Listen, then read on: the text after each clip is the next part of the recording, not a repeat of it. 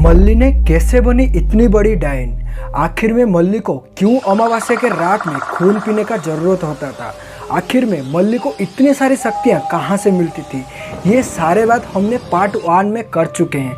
अगर आपने पार्ट 1 का वीडियो नहीं देखे हैं तो डिस्क्रिप्शन में लिंक मिलेगा, नहीं तो आपको आई कार्ड में वीडियो का लिंक दिख रहा होगा, वहाँ से क्लिक करके पहले पार्ट 1 देख लीजिए, उसके बाद पार्ट 2 देखेंगे तो आपको समझ में अच्छे से आएगा। आखिरकार मल्ली को भूत देखने के साथ साथ भूत भगाने का भी शक्ति मालूम पड़ चुका था। इसके लिए उनके गांव में किसी को बुरा नज़र लगती थी, किसी के ऊपर कोई बुरा आत्मा आता था तो तब के टाइम हर कोई मल्ली के पास आता था। आखिर में मल्ली के अंदर जो डायन थी, जो कि अमावस्या के रात में खून पीती थी, वो अभी अच्छाई में परिवर्तित हो गई थी। अभी मल्ली गांव वालों का हेल्प करता था और गांव वालों का भरोसा अभी पूरा मल्ली के ऊपर था। अभी मल्ली के गांव के साथ साथ भी आसपास के गांव में मल्ली के बारे में पूरा हल्ला हो गया था।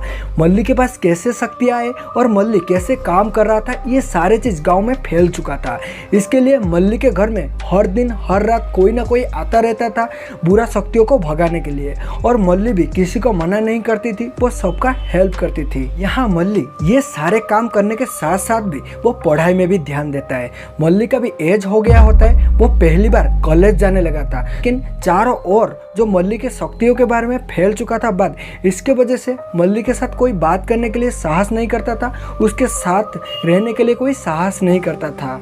इसलिए मल्ली ने अकेला ही कॉलेज जाता था और अकेला ही कॉलेज से आता था। ना कोई उसका दोस्त बनता था, ना कोई उससे बात करता था। ऐसे ही मल्ली का 2-4 महीना बीत चुका था कॉलेज जाना, और यहाँ पे सौरभ नाम का एक लड़का जो कि धीरे धीरे मल्ली को पसंद करने लगा था।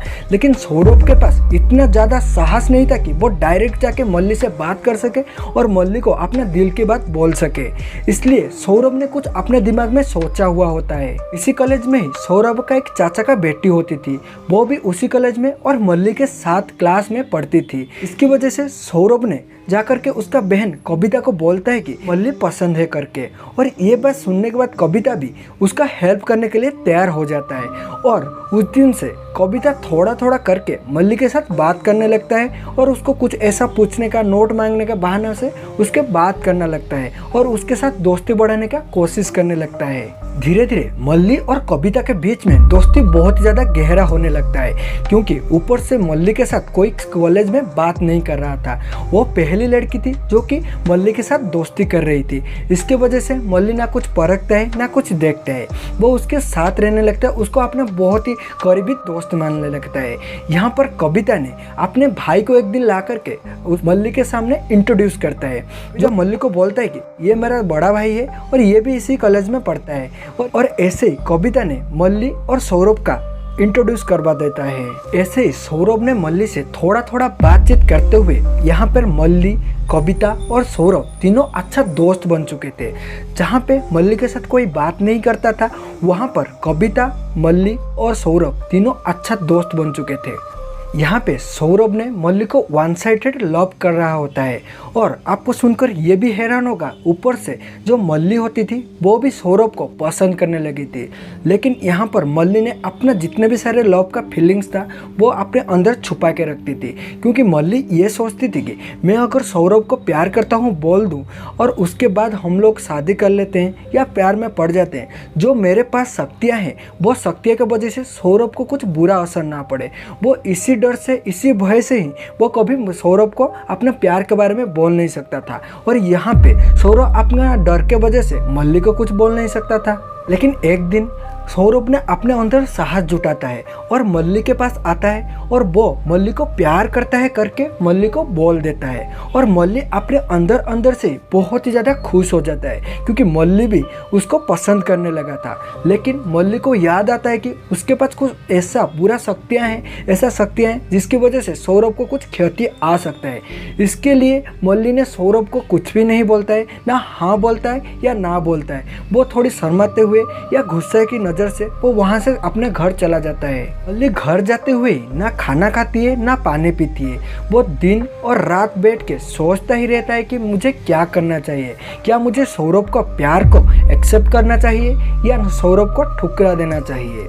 लेकिन यहाँ पर आता है एक बहुत बड़ा ट्विस्ट। यहाँ पे मल्ली का माँ, जो कि बहुत साल पहले मर चुकी थी, वो जो तांत्रिक था उसके वजह से उसका आत्मा उसके सामने आती है।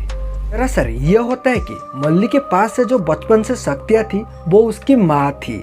उसके माँ ने उसके साथ बचपन से परछाई बन के रह रही होती है, उसको हर तकलीफ से, हर मुसीबत से बाहर निकाल के लाती है।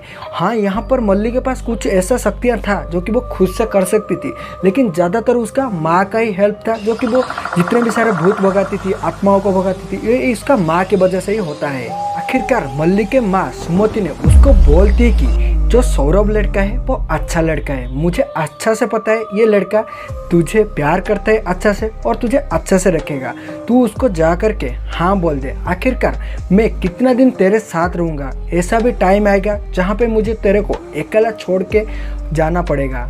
मुझे पूरा विश्वास है सौरभ जो लड़का है तेरा ध्यान रखेगा और हर टाइम तेरा साथ निभाएगा। यहाँ पे मल्ली को उसके माँ से परमिशन मिल गया था सौरभ को शादी करने के लिए। इसके लिए वो दूसरा दिन बहुत ही जल्दी सुबह सुबह जागते हुए तैयार होकर बहुत ही खुशी से कॉलेज जाती है, जो कि सौरभ को बोलने के लिए कि हाँ मैं भी तुम्हें प्यार करता हूँ। लेकिन मल्ली जब जाकर के कॉलेज में पहुँचती है तो देखते है कि वहाँ पर ना सौरभ आता है ना उसका बहन कविता आती है। तब के टाइम मल्ली के पास फ़ोन नहीं थी कि वहाँ पर ऐसा इतना ज़्यादा फ़ोन टेलीफोन यूज नहीं होता था। इसके लिए मल्ली उस दिन बहुत ही ज़्यादा दुख से अपना घर लौटती है। ऐसे ही वो डेली जाती थी कॉलेज और जब वहाँ पे जाकर देखती थी तो वो नहीं आता है। ऐसे करके 5 दिन बीत गया होता है, ना सौरभ आता था ना उसका बहन कविता आता था। लेकिन यहाँ पर 5 दिन बीत चुका था। इसके वजह से मल्ली उस दिन तय करते हैं कि मैं आज सौरभ के घर में जाऊंगा और पता करके आऊँगा कि आखिरकार हुआ क्या है, उन्होंने 5 दिन से क्यों नहीं आ रहे हैं और क्यों मिलने नहीं आ रहे हैं। आखिरकार मल्ली ने सौरभ के घर जाता है और सौरभ के घर में जा कर के जो चीज़ देखता है वो पूरा का पूरा साइलेंट रह जाता है, बहुत ज़्यादा आश्चर्य हो जाता है। क्योंकि सौरभ के घर में मल्ली देखती है कि कविता बैठी हुई है और उसका बाल पूरा बिखरा हुआ है, आँख के नीचे पूरा काला पड़ गया है और उसका शरीर बहुत ही ज़्यादा दुबला हो गया है और उसको दिखने में बहुत ही ज़्यादा चिड़चिड़ा दिख रही थी। यहाँ पे उसका घर वालों ने बहुत ही दुख से बैठे हुए थे। जो सौरभ था, सौरभ एक जगह में बैठ के रो रहा होता है। ये सब देख के मल्ली कविता से बात करने के लिए कोशिश करती है और उसके पास जाती है, लेकिन कविता ने जब मल्ली को देखती है तो बहुत ही ज़्यादा गुस्सा से भड़क जाती है और उसको ज़ोर से बोलता है कि मेरे घर से निकल जा, तू यहाँ पे क्यों आया है, ऐसे करके ज़ोर से बोलता है। यहाँ पे मल्ली ने कविता के पास जाते हुए ही समझ गई होती है कि यहाँ पे कविता को कोई सम्मोहन तांत्रिक किया है, काला जादू किया है, लेकिन ये नहीं पता चलता है कि कौन किया है और उसको क्यों किया है, आखिरकार उसका करने के पीछे का रीजन क्या होता है। दरअसल 5 दिन पहले कुछ ये हुआ था, कविता के शरीर में अचानक ही बिगड़ने लगती है, उसको बुखार होने लगती है। इसके लिए ही सौरभ ने उसको लेकर के हॉस्पिटल गया हुआ होता है। हॉस्पिटल में कविता को दिखाते हैं और उसका ब्लड चेक करते हैं, सब कुछ चेक करते हैं, लेकिन डॉक्टर ने बोलते हैं कि ये ऐसा कुछ भी प्रॉब्लम नहीं है, ये नॉर्मल सा बुखार है, ये छूट जाएगा। थोड़ा सा मेडिसिन लिख के देते हैं और उसको बोलते हैं कि आप घर जाओ। लेकिन उस दिन कविता और सौरभ ने घर लौट जाते हैं और मेडिसिन खाते हैं, लेकिन रात होते हुए कविता का बहुत ही ज़्यादा तबीयत बिगड़ने लगता है। कविता ने अजीब सी बिहेव करने लगती है, कविता ने सबको डांटने लगती है, चिड़चिड़ा हो जाता है और अपना बाल फाल सब बिखर लेती है और सबको डांटने लगती है और खाना पीना भी छोड़ देती है। ये सब देखते हुए उसका घर वालों ने पूरा टूट चुके थे और सौरभ बैठ के वहाँ पर रो रहा था। और यहाँ पे लेकिन अभी मल्ली आ चुकी थी, मल्ली को पता चल चुकी थी कि कविता के साथ हुआ क्या है। मल्ली ने उनका घर वालों को और सौरभ को एक जगह में बुलाता है और उनको बोलने लगता है कि कविता के साथ आखिर हुआ क्या है। आखिर ने मल्ली ने सौरभ को बोलता है कि तुम जाओ 4 नींबू लेके आओ, और सौरभ ने जाता है और 4 नींबू लाके मल्ली को देता है।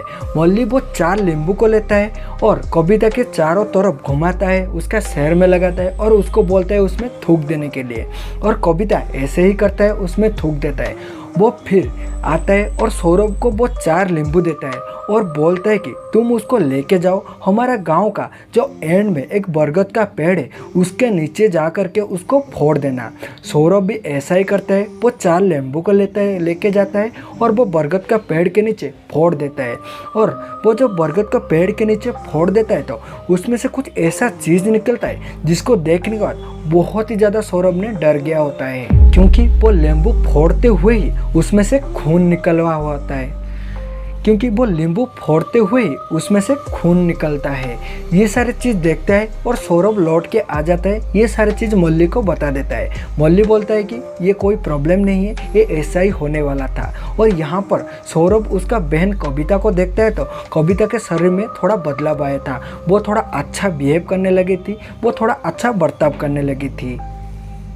ये सब देख के सौरभ ने बहुत ज़्यादा भावुक हो जाता है और मल्ली को आकर के धन्यवाद बोलने लगती है। लेकिन मल्ली यहाँ पर बोलती है कि यहाँ पे पूरा संकट टल नहीं गया है, यहाँ पर थोड़ा सा ही बदलाव आया है, लेकिन पूरा संकट को टलाने के लिए, पूरा चीज़ को ख़त्म करने के लिए हमें और भी कुछ करना पड़ेगा। पिता के ऊपर वो काला साया अभी भी मंडरा रहा है, ऐसा मल्ली ने बोलता है। और सौरभ ये बात सुन के मल्ली को पूछता है कि अभी हमें क्या करना चाहिए।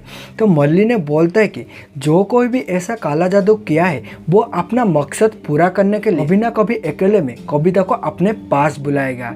हमें वही टाइम को वेट करना है, उसके बाद कविता को फॉलो करना है और फॉलो करने के बाद हम जाकर पहुंच जाएंगे वो तांत्रिक के पास, नहीं तो जो कोई भी उसको ऐसा काला जादू किया है उसके पास। तब तक हमें वेट करना है। आखिर में उस दिन रात को वैसे ही होता है। कविता ने अचानक नींद से जाग जाती है और अपने नींद के अंदर ही चलने लगती है। उसी दिन ही मल्ली ने सौरभ के घर में रुकी हुई होती है और वो सारे चीज़ को नोटिस कर रही थी। यहाँ पे जो कविता थी वो आगे आगे पैदल चलते हुए जा रही थी और उसके पीछे सौरभ और मल्ली ने उसका पीछे कर रहे थे। मल्ली ने देखता है तो कविता पैदल चलते हुए उनका गांव में एंड में एक घर होता है, जिस घर में सालों से ना कोई रहता था ना कोई जाता था, उसी घर के अंदर जाने लगती है। और यहाँ पर मल्ली और सौरभ ने दोनों उसको फॉलो करते हुए छुपके से उसको देख रहे थे कि वो जा कहाँ रही है और कर क्या रही है। मल्ली और सौरभ ने छुपते हुए देखते हैं तो वो घर के अंदर उन्हीं का ही कॉलेज का एक लड़का ने खड़ा हुआ था और वो मल्ली को अपने पास बुला रहा था। तो वो ये सब देखते हुए मल्ली अचानक ही अंदर जाता है और वो लड़का को पकड़ लेता है और मल्ली ने कुछ मंत्र पढ़ते हैं, जो कि कविता के अंदर जो काला जादू हुआ था वो छूट जाता है। यहाँ पर कविता होश में आता है, उसके ऊपर जो सम्मोहन किया गया था वो टूट चुका था और वो पूछता है कि मैं यहाँ क्या कर रहा हूँ, मैं यहाँ पे कैसे आई। और अचानक ही उसका नज़र पड़ता है उस लड़के के ऊपर और वो लड़का को देखने के बाद बोलती है कि तू यहाँ क्या कर रहा है, तू यहाँ पे कैसे आया। कविता ने उसका भाई सौरभ को ये बोलता है कि हाँ भाई, ये लड़का को मैं पहचानता हूँ, ये लड़का मेरे पीछे हर दिन आता था और मुझे प्यार करता है वो करके बोला था, लेकिन ये लड़का इतना अच्छा नहीं था, ये बहुत ज़्यादा गुंडा स्वभाव का है, इसके लिए मैं उसको मना कर दिया था कि नहीं, मैं तुझे प्यार नहीं करती हूँ, मैं तेरे साथ रहना नहीं चाहती हूँ। तो उसके बाद से ये लड़का मुझे परेशान करने लगता था, हर दिन मेरा पीछे आता था और डेली मुझे प्रपोज करता था। लेकिन मैं उसको एक दिन बोलता हूँ तो अगर ऐसे आगे करेगा तो मैं आपको बोल दूंगी, जो कि उसका भाई होता है उसको बोल देगा करके वो लड़का को बोला हुआ होता है। और उसके बाद वो लड़का बहुत ज़्यादा डर जाता है और वो रोने लगता है और उसके बाद वो बोलता है कि कविता, मैं तुम्हें बहुत ही ज़्यादा प्यार करता हूँ, अगर तुम मुझे प्यार नहीं करोगे, मेरे साथ नहीं रहोगे तो मैं जी नहीं सकता हूँ। अगर तुम मुझे पसंद नहीं करते हो तो मेरा एक रिक्वेस्ट रख लो, जो कि तुम्हारा रुमाल मुझे दे दो, मैं उसको मेरा पास रखूँगा और मैं समझूंगा कि तुम मेरे पास हो। और ये बात सुन के कविता भी सोचता है कि हाँ, ये ऐसे ही मांग रहा है और उसका जो हालत होता है वो हालत देख के कविता का उसके ऊपर दया आ जाता है और कविता ने उसको वो रुमाल दे दिया होता है। लेकिन कविता के पास से ये बात सुनने के बाद अचानक ही वो लड़का को पूछने लगता है कि तू सच बोल, तू हमारे कविता के साथ क्या किया है। वो जो लड़का था वो डरते मारे सारे सच चीज बता देती है। वो लड़का बोलता है कि जब कविता को प्यार करता हूँ बोला तो कविता ने मेरा प्यार को एक्सेप्ट नहीं कर रहे थे, तो इसके वजह से कविता ने मेरे प्यार को एक्सेप्ट करेगा करके हमारे गांव में एक तांत्रिक आए हुए थे। मैं जा कर के उन्हें बताता हूँ कि मैं एक लड़की को प्यार करता हूँ, लेकिन वो मुझे प्यार ध्यान नहीं करती है। आप मुझे ऐसे कुछ कर दीजिए जो कि वो लड़की मेरे प्यार में गिर जाए। लेकिन वो तांत्रिक ध्यान लगाती है और देखती है और देखने के बाद बोलता है कि वो लड़के का एक करीबी वाले चीज़ लेकर दे और उसके बाद वो लड़की तुझे प्यार करने लगेगी, लेकिन मुझे उसके बदले मल्ली चाहिए। तुझे मल्ली को अकेले लेके आना पड़ेगा मेरे पास। और ये बात सुनने के बाद मल्ली और सौरभ ने बहुत ही ज़्यादा चौंक जाते हैं। आखिरकार ऐसा कौन आ गया था कि मल्ली उसको चाहिए थी? ऐसा कौन तांत्रिक था और मल्ली के साथ उसके क्या संबंध था? आगे जाके मल्ली उस तांत्रिक का क्या करती है या तांत्रिक मल्ली का क्या करती है? आगे जाकर के मल्ली और सौरभ के बीच में प्यार होता है या उनका शादी होता है? जो सौरभ होता है वो मल्ली को कैसे रक्षा करती है? ये सारे चीज़ के बारे में हम अगली वीडियो में जानेंगे। तो चलते हैं, आज के लिए इतना ही। वीडियो अच्छा लगे तो प्लीज़ वीडियो को लाइक कीजिए और हमारे चैनल पर नए हो तो प्लीज़ चैनल को सब्सक्राइब कर दीजिए। और पार्ट 3 देखना है तो नीचे कमेंट कर दीजिए पार्ट 3 करके।